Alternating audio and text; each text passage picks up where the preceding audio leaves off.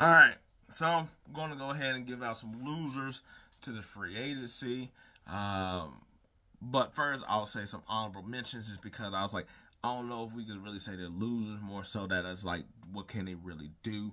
Uh, the Bucks, they signed Torian Prince, which was like cool that you got him on the low.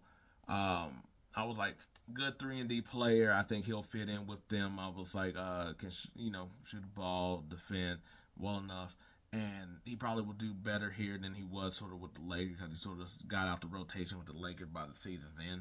But I was like, he was really good with Minnesota a couple years ago. So I was like, if you get that dude back, I think that's be a solid piece that you could get that for a team that needs 3-point shooting and sort of in defensive presence as well too. But they can't do anything where it's like you got Chris Middleton, you got Brook Lopez. There's really nothing to really move. Who really wants them? What are you going to be able to get back for them? Especially when things got to match up nearly perfect with this whole stupid situation that we got here. Let's see. The Lakers, I think they're an honorable mention. Just because I was like, there's nothing that they can really do that I think would really enhance or improve in a crazy way. I was like, I know there's like the toss of Jeremy Grant, but it's like him, Rui. I was like, they're sort of similar players, but Jeremy Grant's a lot more consistent, but more money on the books. Or I was like, yeah, more money on the books and stuff like that. Where if Rui's a little bit younger and you might be able to, and I think that the Lakers really sort of want to see what this team does with JJ and maybe make some moves later on when people like sour on some of their free agent people or sour on some of their young guys that they, kind of like how they got Rui for like 2 second-round picks like a season before and stuff like that, or Vanderbilt on out of the cheap with Pat Bev and stuff like that. So I think that's where they're going to probably look more so. You want to see what this team does when healthy. Or you just got to wait until some bargain bin people that's, maybe like old signs for the Lakers because it's like, oh, hey, I'll be able to bounce back with them, with LeBron. It'll look good, like a Malik Monk situation from a couple of years ago. Yeah, so I was like, I think those two, I know really sort of just kind of like they're stuck. The Suns also stuck. They could have been the winners, maybe, but I was like, I don't think they're losers either, but I think they're just in purgatory just because I was like, they got Monte Morris, which I think is a good pickup for them that don't have a point guard. He was good. He's been good on the Nuggets. He's pretty good with the Wizards. I thought he gave solid minutes with Minnesota as well too when they sort of need another scorer and a dude to sort of run the pace. And I was like, he could shoot the three, so I think he's a good pickup for them. They also got Plumlee, which is like going to be their backup center. And I was like, if you're going to go for backup centers, I was like, he's really good. He could pass. I was like, he'll rebound. He'll be into play. He's not stopping anybody defensively, but he's a big body that knows how to play. So it's like you will at least get something out of that. And he doesn't play with like, he don't play with the Clippers and stuff like that. And he played on the Nuggets before, so he doesn't play with other top talent in the league. Yeah, so I was like, I think that's really sort of where they're at. I don't really care too much about the young teams and stuff like that. What can they really do? But some losers. I think the Nuggets are losers because not just because they let KCP go, but the fact that they're not doing anything.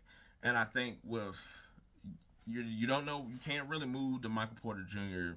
contract. I really don't think that you're going to really get anything really from that unless you sort of maybe try to like get some one of these young teams that sort of like got some pieces they're not too hype on, so you could at least be like, I know what Michael Porter Jr. is, and we could at least do something with that. Maybe see how he is when he gets to be the main guy or something. But the fact that you could have signed KCP back, but you didn't, and you didn't get anything else to be put in that spot where it's like they sort of need more veterans. I think this year proved that while, yes, KCP wasn't going to necessarily maybe lead you back to getting a championship again, and you like, oh, improvement need to be done, you haven't done any improvements, and you're relying on young players in a way that's like the rest of this crew is really veteran and battle tested, where they've all been in some form of playoffs for so long that it's like you might want to get another veteran out here or somebody else that can sort of play into the system. I thought that they could have made moves, but I was like, it looks like they're not. They're just going to stick with what they're doing. I was like, the Clippers, just because it's like, okay, you lose Paul George, and I'm sure you didn't want to trade him to Golden State, and you didn't want to get whatever it was, like if Kim Ming was on the board or whatever. Sure, even though, like, hey, you might want to sort of get a young star in here to sort of maybe see if they can keep this, I would like, be the future of the Clippers once Kawhi bounces, and I don't think James Harden going to be here after next year. But then they just get, I was like, and I guess they're trying to fill out the roster, but I was like, you know, they get Chris Dunn. It's like, okay, is he going to be the backup guard after James Harden go to the bench? Kevin Porter Jr., is that just because you need offense, I guess? But then you got people like Bones Highland and stuff like that, and Terrence, so it was like Terrence Mann. So it was like, okay, what he's really here for, you know, and they signed Derrick Jones Jr., which I guess is like, okay, cool, you want to get a top defensive guy. But you probably could have got some other another dude that sort of, I was like, not that Derrick Jones don't fit in with him, but it's just kind of like, that's sort of what you replace Paul George with. That's really what we're looking at here. And I sort of also with Derrick Jones with somewhere else, to be honest. But I guess without Kawhi there, that's like, if they do got to go James Harden centric, you really just need a whole bunch of dudes that could just defend and shoot, almost PJ Tucker like. It looks like they're going to get rid of Westbrook as well, too. So, you know, after they sort of like shortchanged him to try to be the heart and soul of the whole thing, that's not running it back. Yeah, so I was like, for them, the Kings is another one just because they stayed status quo. And I was like, for all what they were trying to do a couple years ago, they didn't make the playoff last year. And they haven't done anything this year in order to improve, where they still need to make at least a move. Like, if they got DeRozan, I would feel a little bit better about the team.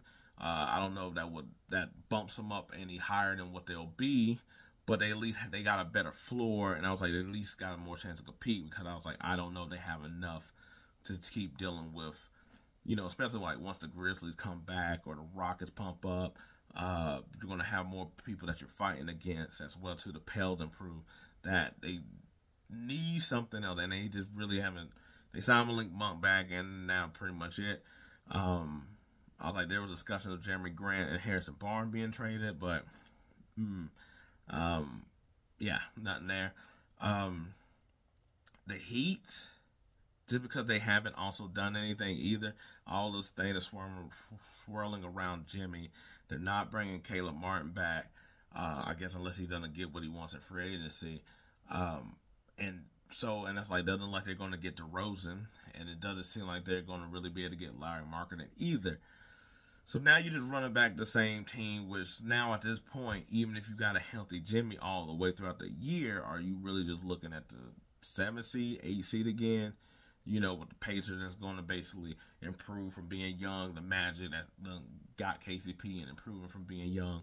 And there's really nothing that you have added and or done with this team at all. I kind of want to throw the Hawks on there, but I really feel like, because I don't know if they made a decision at all with Trae Young, and they really haven't done anything with the team. They haven't made any trade or like Capella, nothing to see if they switch over the team or nothing either. That they're just sitting here and it's just like, okay, cool. So you're just going to be good with sort of just sticking out in like purgatory as well. I was like, yeah, there hasn't been nothing at all where I'm like make some move, see if you can switch up the team. And it's like you just keeping the same people. And it's like, okay, well, nothing's happening here. So I was like, from that standpoint, I'm like, okay. Because I know y'all want to be good. But, you know, unlike the Lakers and all that other stuff where I'm like, they can't make any moves, really. I'm like, Atlanta can at least try. And they really haven't done anything till then. Yeah, but, hey, that's what we're going to really see. Yeah, other than that, I was like, that's really about it. Because, like I said, I'm not really attacking the really young squads, because I was like, they got to just figure out their team. That's what they got to do. But anyway, if there were going to be some losers, that's really the team. I was like, do you think I should include? I mean, I put them as honorable mention, so I guess they're sort of somewhat included of the Suns, Lakers, and Bucks, but they're on the list. You can count them. We'll count them. We'll count them. But anyway, those are the people that I think needs to do something.